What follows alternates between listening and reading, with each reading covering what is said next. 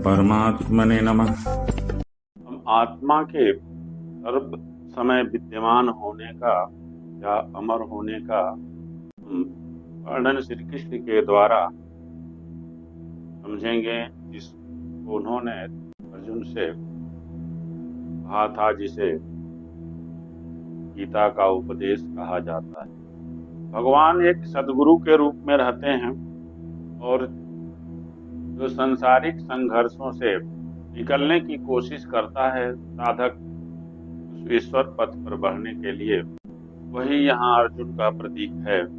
जीवन में अनेकों रिश्तों नातों अनेकों संबंधों को रखते हुए निर्द्वंद रूप से आबाद रूप से तपस्या नहीं हो सकती, उन्हें त्यागना ही पड़ता है।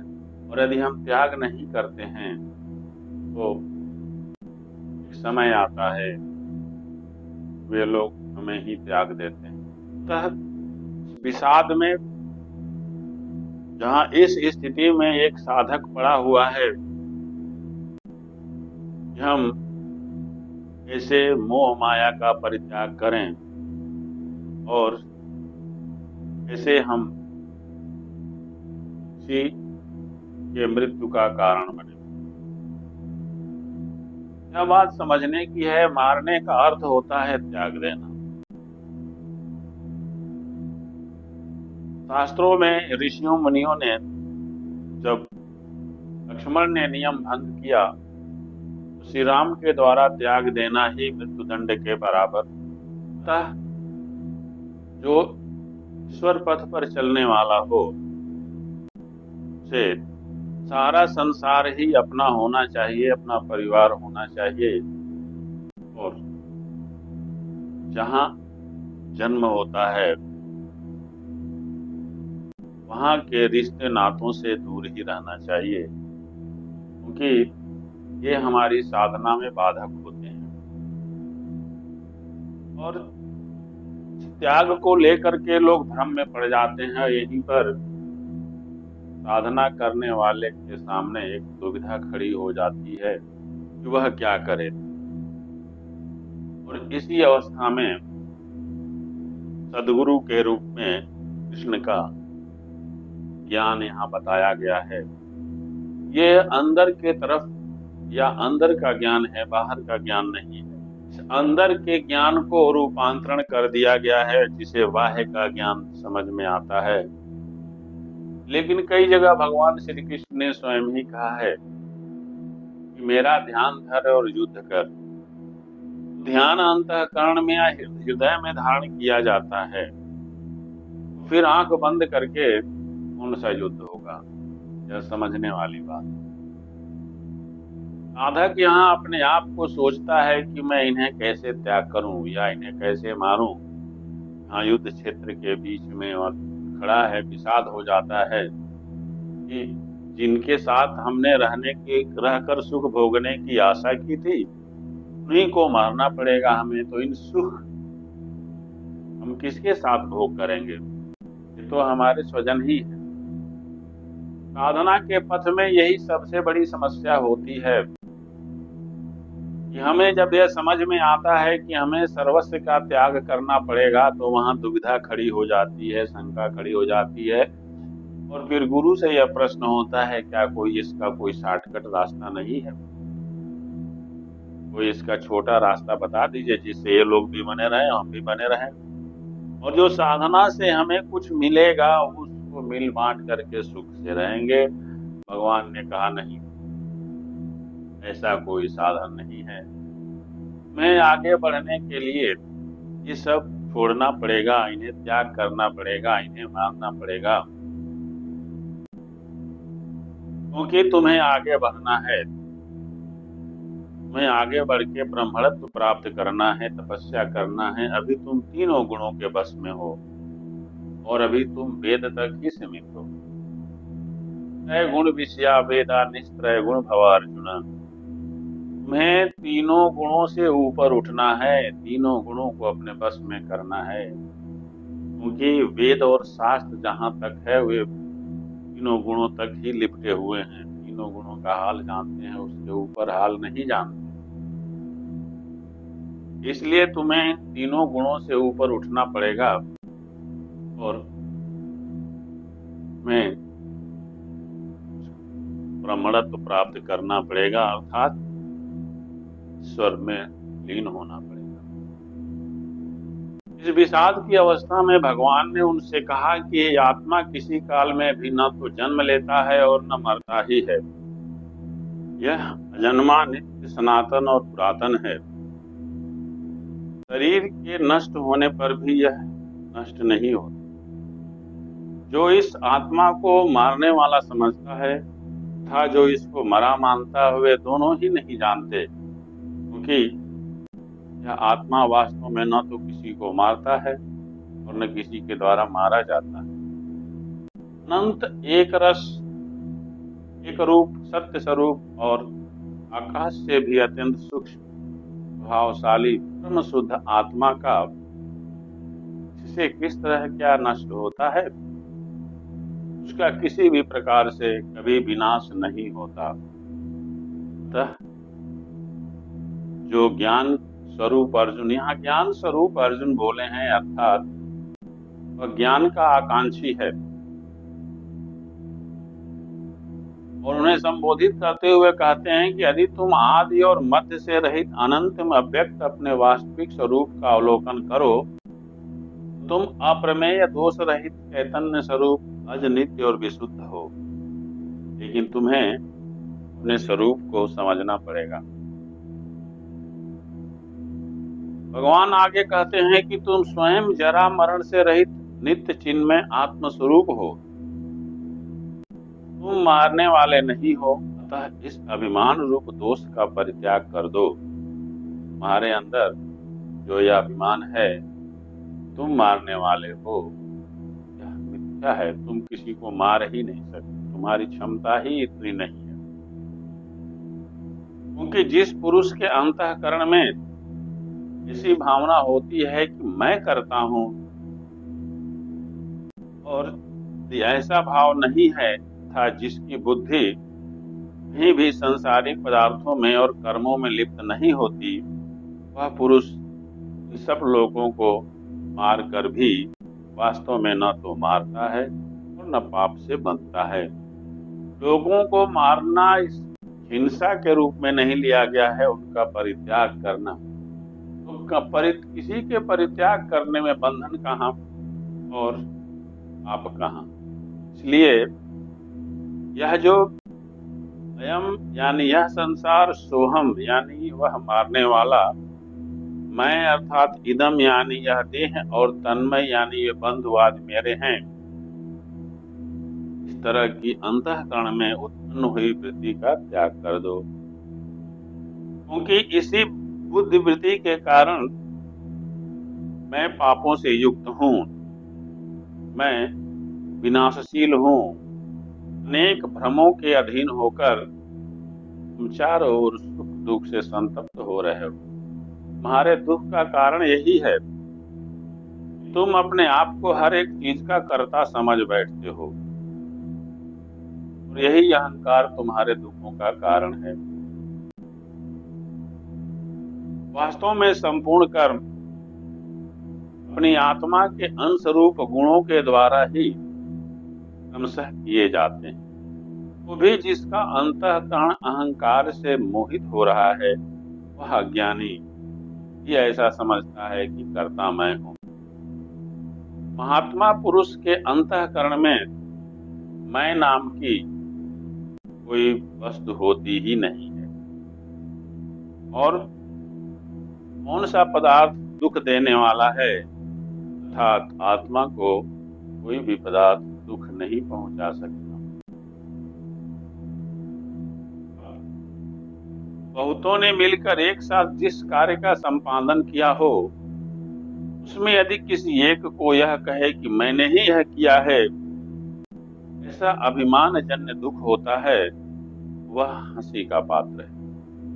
क्योंकि कर्मयोगी जहां ममत्व बुद्धि से रहित होता है, केवल इंद्रिय, मन, बुद्धि और शरीर द्वारा भी आसक्ति को त्याग कर अंतःकरण की शुद्धि के लिए कर्म करते हैं।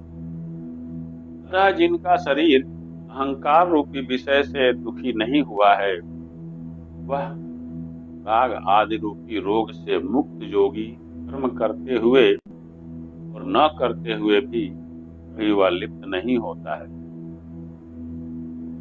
जैसे विवेकी और लौकिक विषयों का ज्ञाता होने पर भी दुष्ट प्रकृति का पुरुष कहीं शोभा नहीं पाता, वैसे ही ममता रूपी दोष से दूषित मनुष्य कहीं भी शोभा नहीं पाता। जो ममता और अहंकार से रहित सुख और दुखों की प्राप्ति में सम और क्षमावान है, वह मनुष्य कर्म करता हुआ भी उसमें बंधता नहीं है। यह शास्त्र विहित उत्तम छात्र कर्म साधक के स्वभाव में होता है। भगवान कहते हैं कि तुम आसक्ति को त्याग कर योग समता में स्थित हुए कर्तव्य कर्मों को करो, क्योंकि आसक्ति रहित होकर न्याय से प्राप्त कर्म करने वाला मनुष्य कर्मों से नहीं बंधता। अर्थात जब किसी कर्म में हमारी आसक्ति ही नहीं होती है, तो हम कैसे उस कर्मों के परिणाम से बंधेंगे। हमें तो यह सोचना चाहिए कि हम शांतिमय ब्रह्म स्वरूप होकर कर्म को ब्रह्ममय ही करना चाहिए। अपने सत्कर्मों को ब्रह्म समझ करके ही अर्पण करना चाहिए, और इन सत्कर्मों को ईश्वर को समर्पित करने से ही हम ईश्वर स्वरूप हो जाते हैं। अपने संपूर्ण स्वार्थों को ईश्वर में समर्पित कर तथा अपने आप को भी ईश्वर में समर्पित कर आप रहित हुए इस सर्वभूतों का आत्मा बनकर इस पृथ्वी को विभूषित करते हुए हमें ईश्वर बन जाना चाहिए। तुम सभी संकल्पों से रहित हो, इसलिए अब सम स्वरूप शांत चित्त मुनि बनकर यहाँ भगवान कह रहे हैं अर्जुन को कि तुम संकल्पों से रहित हो, लेकिन युद्ध बिना संकल्प के कैसे? बाहरी युद्ध बिना संकल्प के हो ही नहीं सकता। लेकिन भगवान यहाँ कह रहे हैं कि तुम सम स्वरूप शांत चित्त मुनि बनकर कर्म फल का त्याग रूपी संन्यास योग में आत्मा को युक्त करके कर्म करते हुए ही मुक्त हो जाओ। अब यहाँ तो संन्यास का उपदेश दे रहे हैं, कहाँ बाहरी युद्ध है, और यहाँ तो संन्यास की बात बता रहे हैं। तुम शांत चित्त मुनि बन जाओ, मौन धारण कर लो, कर्म फल का त्याग कर दो, संन्यास योग में अपनी आत्मा को युक्त करके कर्म करते हुए ही तुम मुक्त हो जाओ। प्रश्न यहाँ उठता है कि संग त्याग ब्रह्म अर्पण, ईश्वर अर्पण, सर्वथा संन्यास तथा ज्ञान और योग का अंतर क्या है? इस मोह की निवृत्ति के कैसे हो सकती है, ये प्रश्न अर्जुन ने भगवान से उठाया था। यह एक साधक के मन की जिज्ञासा है जो अपने सद्गुरु से प्रश्न करता है। अभी तक जो बताया गया है कि संग का त्याग, ब्रह्म अर्पण, ईश्वर अर्पण और सर्वथा संन्यास,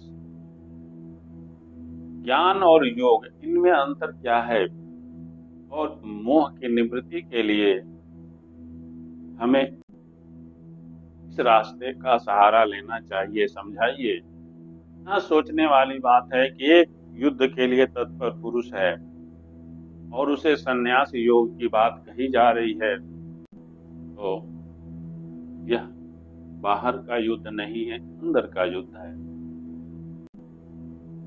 भगवान यहाँ कहते हैं कि सारे संकल्पों की अच्छी तरह शांति हो जाने पर, जब सारे संकल्प, मन में कोई भी संकल्प न उठना है, जब शांत हो जाता है और संपूर्ण वासनाओं और भावनाओं से रहित, युद्ध तो भावना को लेकर के ही हो रहा, उसने इसका अपमान किया, उसने उसका अपमान किया, हमारा जो है हड़प लिया, ये किया, वो किया, सारी भावनाओं को लेकर ही तो युद्ध हो रहा है। लेकिन भगवान यहाँ कह रहे हैं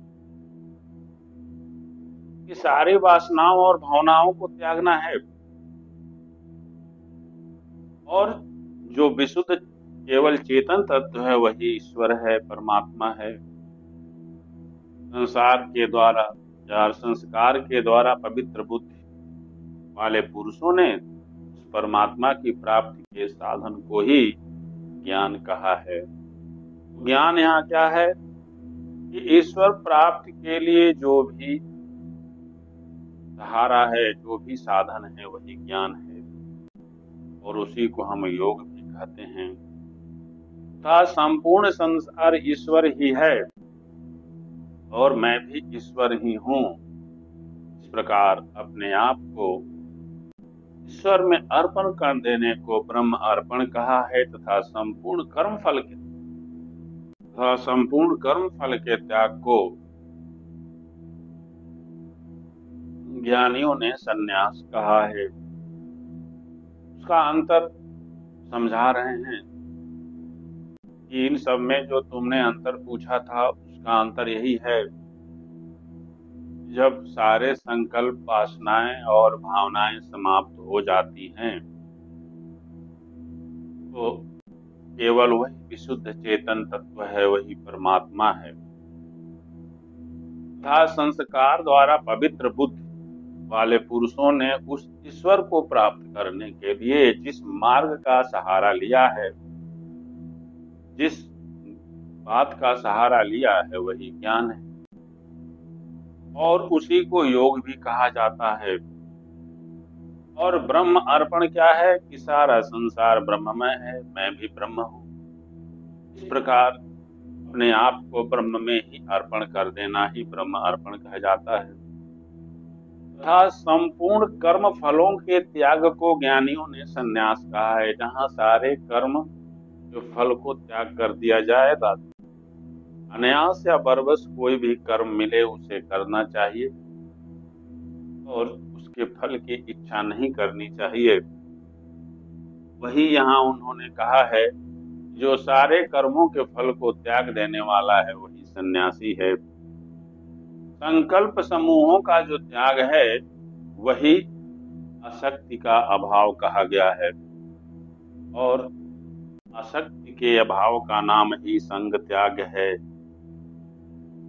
सभी संकल्प विकल्प समूहों में जो एक ईश्वर की भावना है तथा जीव और ईश्वर के एकत्व की भावना है, उसी को जीवात्मा का ईश्वर में अर्पण कहा जाता है। अर्थात जीवात्मा का ईश्वर में अर्पण क्या है कि सारे संकल्प और विकल्प समूहों में एक ईश्वर की भावना जहाँ रहती है और जीव तथा ईश्वर दोनों एक हैं, यही ईश्वर में जीव का अर्पण है। क्योंकि अज्ञान के कारण ही चेतन परमात्मा में जीव और संसार आदि का नाम मात्र ही अंतर है। वास्तव में यह नाम और रूप का संपूर्ण संसार ज्ञान स्वरूप है। अतः संसार ब्रह्ममय है, इसमें बड़ा भी संशय नहीं है। स्वयं भगवान ने कहा कि दिशाएं मैं हूँ, संसार मैं हूँ, आत्मा मैं हूँ और कर्म भी मैं ही हूँ, काल मैं हूँ, अद्वैत और द्वैत सब मैं ही हूँ। इसलिए मुझ में मन लगाओ, मेरे भक्त बनो, मेरे पूजक बनो और मुझको प्रणाम करो। इस प्रकार आत्मा को मुझ में नियुक्त करके मेरे परायण होकर तुम मुझको ही प्राप्त हो गए। यहाँ उन्होंने कहा है कि मैं ही ईश्वर हूँ, मैं ही ब्रह्म हूँ। वहां अर्जुन को यह मनुष्य रूप में दिखाई दे रहे थे, लेकिन भगवान यहाँ कहते हैं कि नहीं, मैं ही ब्रह्म हूँ। यहाँ सारा ज्ञान देने के बाद बोलते हैं कि तुम मुझे ही प्राप्त होगे, क्योंकि यहाँ स्वयं घोषणा करते हैं कि मैं ईश्वर हूँ। और यही भाव लाने के लिए उन्होंने अर्जुन को भी उपदेश दिया कि तुम भी ईश्वर हो, क्योंकि जब तुम मेरे परायण हो जाओगे तो तुम भी ईश्वर बन जाओगे। क्योंकि मैं उसी रास्ते का सहारा लेकर के ईश्वर बना हूँ और मैं ईश्वर हूँ, केवल मुझे प्राप्त करने के